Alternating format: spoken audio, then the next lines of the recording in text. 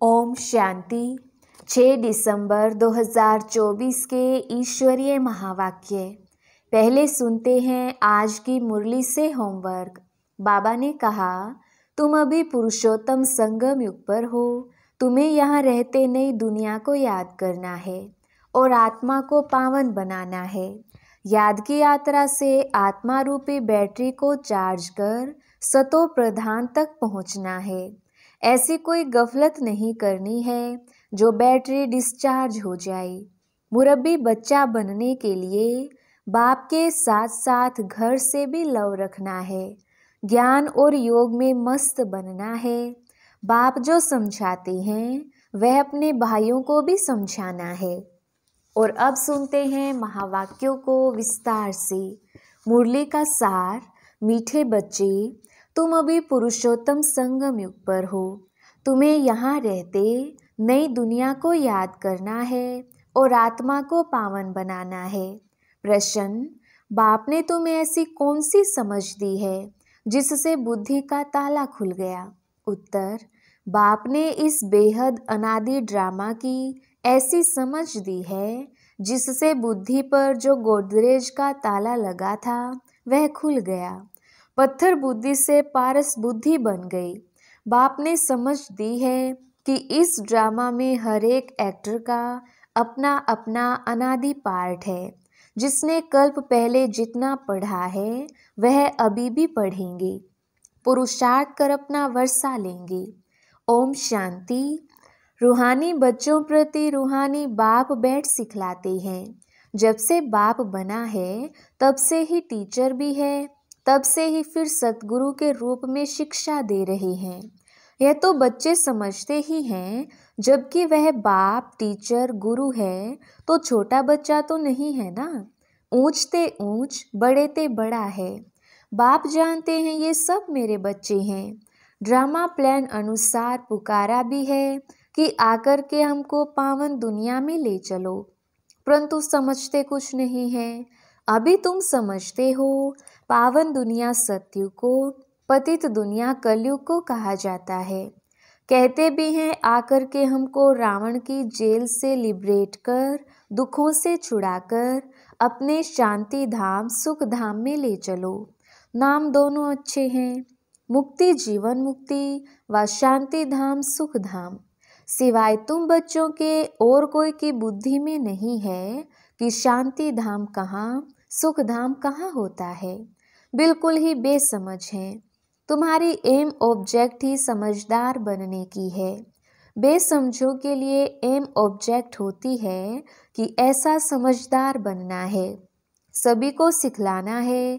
यह है M object, मनुष्य से देवता बनना।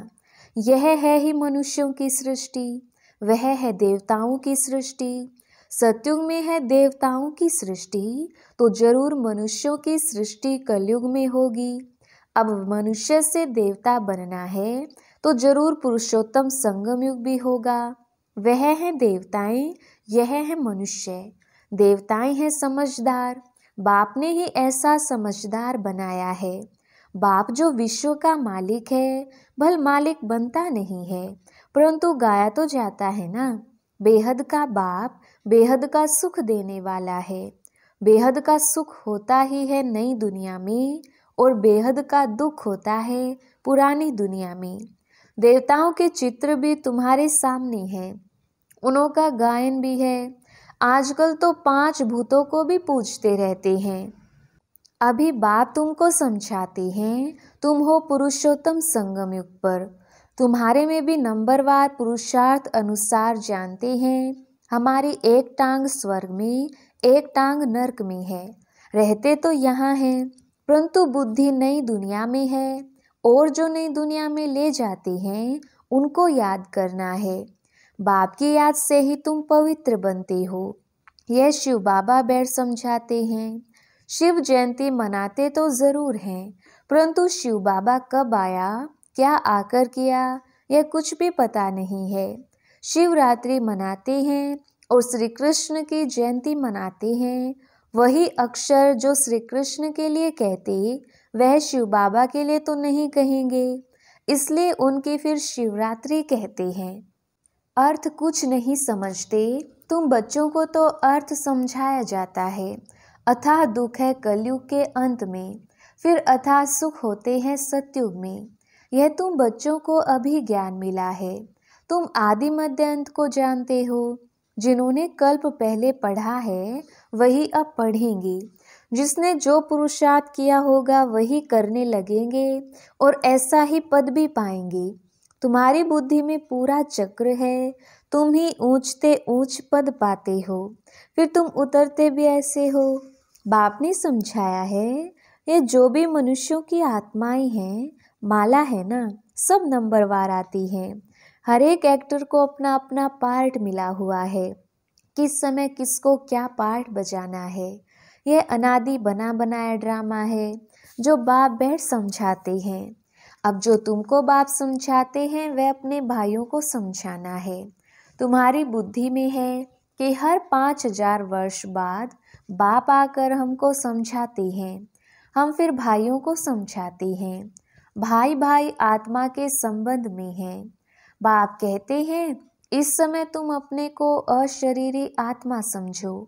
आत्मा को ही अपने बाप को याद करना है पावन बनने के लिए। आत्मा पवित्र बनती है तो फिर शरीर भी पवित्र मिलता है।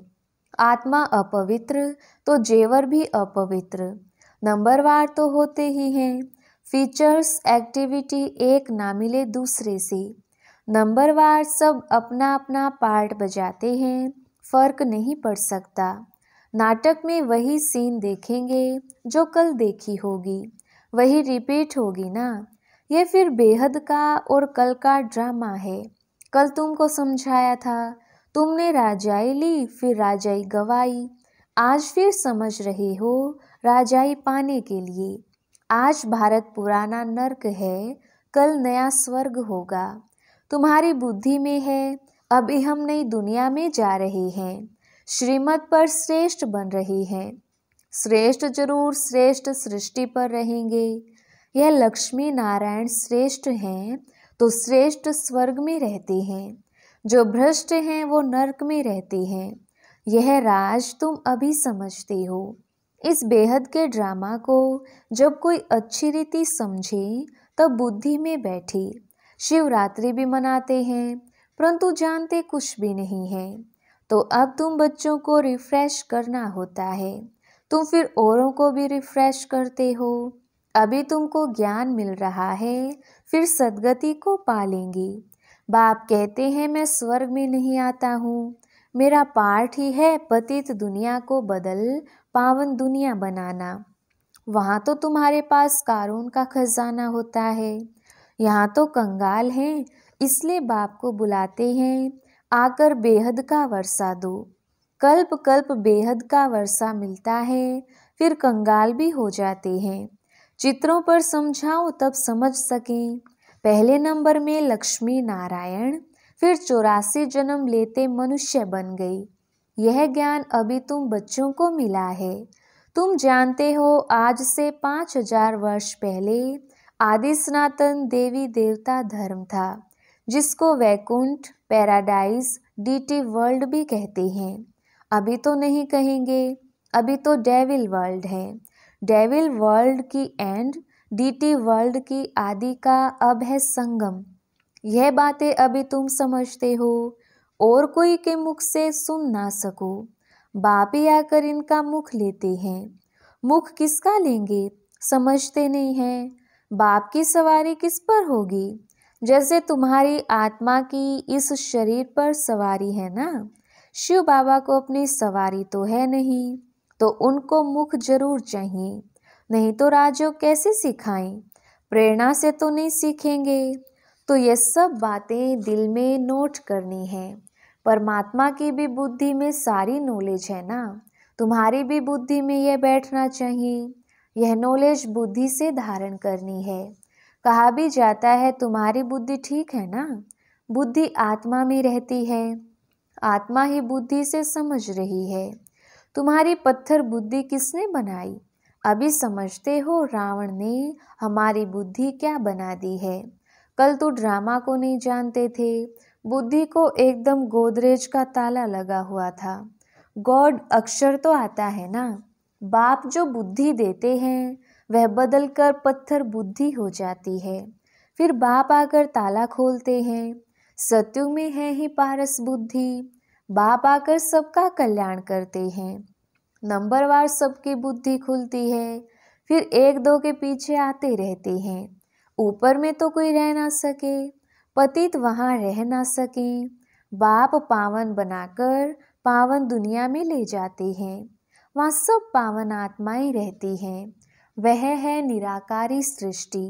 तुम बच्चों को भी सब मालूम पड़ा है, इसलिए अपना घर भी जैसे बहुत नज़दीक दिखाई पड़ता है।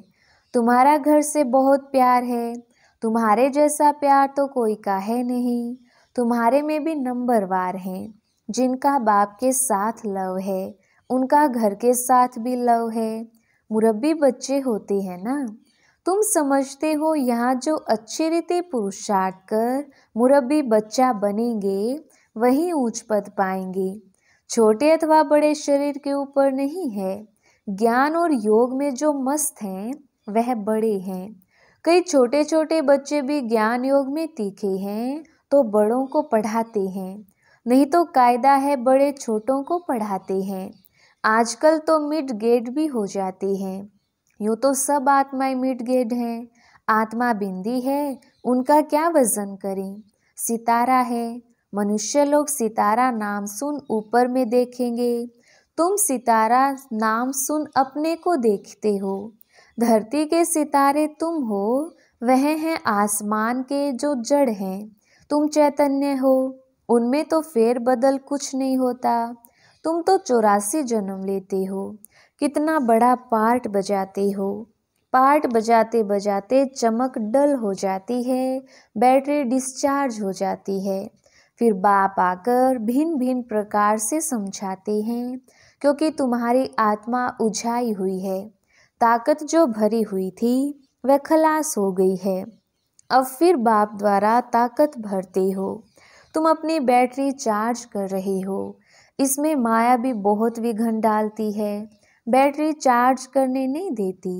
तुम चैतन्य बैटरियां हो। जानते हो बाप के साथ योग लगाने से हम सतो प्रधान बनेंगे। अभी तमो प्रधान बने हैं। उस हद की पढ़ाई और इस बेहद की पढ़ाई में बहुत फर्क है। कैसे नंबरवार सब आत्माएं ऊपर जाती हैं, फिर अपने समय पर पार्ट बजाने आना है। सबको अपना अविनाशी पार्ट मिला हुआ है। तुमने यह 84 का पार्ट कितनी बार बजाया होगा। तुम्हारी बैटरी कितनी बार चार्ज और डिस्चार्ज हुई है। जब जानते हो हमारी बैटरी डिस्चार्ज है तो फिर चार्ज करने में देरी क्यों करनी चाहिए। परंतु माया बैटरी चार्ज करने नहीं देती। माया बैटरी चार्ज करना तुमको भुला देती है। घड़ी घड़ी बैटरी डिस्चार्ज करा देती है। कोशिश करते हो बाप को याद करने की, परंतु कर नहीं सकते हो। तुम्हारे में जो बैटरी चार्ज कर सतो प्रधान तक नज़दीक आते हैं, उनसे भी कभी कभी माया गफलत कराए बैटरी डिस्चार्ज कर देती है। यह पिछाड़ी तक होता रहेगा। फिर जब लड़ाई का अंत होता है तो सब खत्म हो जाते हैं। फिर जिसकी जितनी बैटरी चार्ज होगी उस अनुसार पद पाएंगे। सभी आत्माएं बाप के बच्चे हैं। बाप ही आकर सबकी बैटरी चार्ज कराते हैं। खेल कैसा वंडरफुल बना हुआ है। बाप के साथ योग लगाने से घड़ी घड़ी हट जाते हैं तो कितना नुकसान होता है। ना हटें उसके लिए पुरुषार्थ कराया जाता है। पुरुषार्थ करते करते जब समाप्ति होती है तो फिर नंबरवार पुरुषार्थ अनुसार तुम्हारा पाठ पूरा होता है। जैसे कल्प कल्प होता है, आत्माओं की माला बनती रहती है। तुम बच्चे जानते हो रुद्राक्ष की माला है, विष्णु की भी माला है। पहले नंबर में तो उनकी माला रखेंगे ना। बाप दैवी दुनिया रचते हैं ना। जैसे रुद्र माला है वैसे रुंड माला है। ब्राह्मणों की माला अभी नहीं बन सकेगी, बदली सदली होती रहेगी। फाइनल तब होंगे जब रुद्र माला बनेगी। यह ब्राह्मणों की भी माला है, परंतु इस समय नहीं बन सकती। वास्तव में प्रजापिता ब्रह्मा की सब संतान है। शिव बाबा के संतान की भी माला है, विष्णु की भी माला कहेंगे। तुम ब्राह्मण बनते हो तो ब्रह्मा की और शिव की भी माला चाहिए। यह सारा ज्ञान तुम्हारी बुद्धि में नंबरवार है। सुनते तो सभी हैं, परंतु कोई का उस समय ही कानों से निकल जाता है, सुनते ही नहीं। कोई तो पढ़ते ही नहीं, उनको पता ही नहीं भगवान पढ़ाने आए हैं, पढ़ते ही नहीं हैं। यह पढ़ाई तो कितना खुशी से पढ़नी चाहिए। अच्छा, मीठे मीठे सिकिलदे बच्चों प्रति माता पिता बाप दादा का याद प्यार और गुड मॉर्निंग। रूहानी बाप की रूहानी बच्चों को नमस्ते। हम रूहानी बच्चों की रूहानी बाप दादा को याद प्यार, गुड मॉर्निंग और नमस्ते जी। धारणा के लिए मुख्य सार। पहला पॉइंट, याद की यात्रा से आत्मा रूपी बैटरी को चार्ज कर सतो प्रधान तक पहुंचना है। ऐसी कोई गफलत नहीं करनी है जो बैटरी डिस्चार्ज हो जाए। दूसरा पॉइंट, मुरब्बी बच्चा बनने के लिए बाप के साथ साथ घर से भी लव रखना है। ज्ञान और योग में मस्त बनना है। बाप जो समझाते हैं वह अपने भाइयों को भी समझाना है। वरदान, एक बाप को अपना संसार बनाकर सदा एक की आकर्षण में रहने वाले कर्म बंधन मुक्त भव। विस्तार, सदा इसी अनुभव में रहो कि एक बाप दूसरा ना कोई, बस एक बाबा ही संसार है और कोई आकर्षण नहीं, कोई कर्म बंधन नहीं। अपने किसी कमजोर संस्कार का भी बंधन ना हो। जो किसी पर मेरेपन का अधिकार रखते हैं उन्हें क्रोध या अभिमान आता है, यह भी कर्म बंधन है।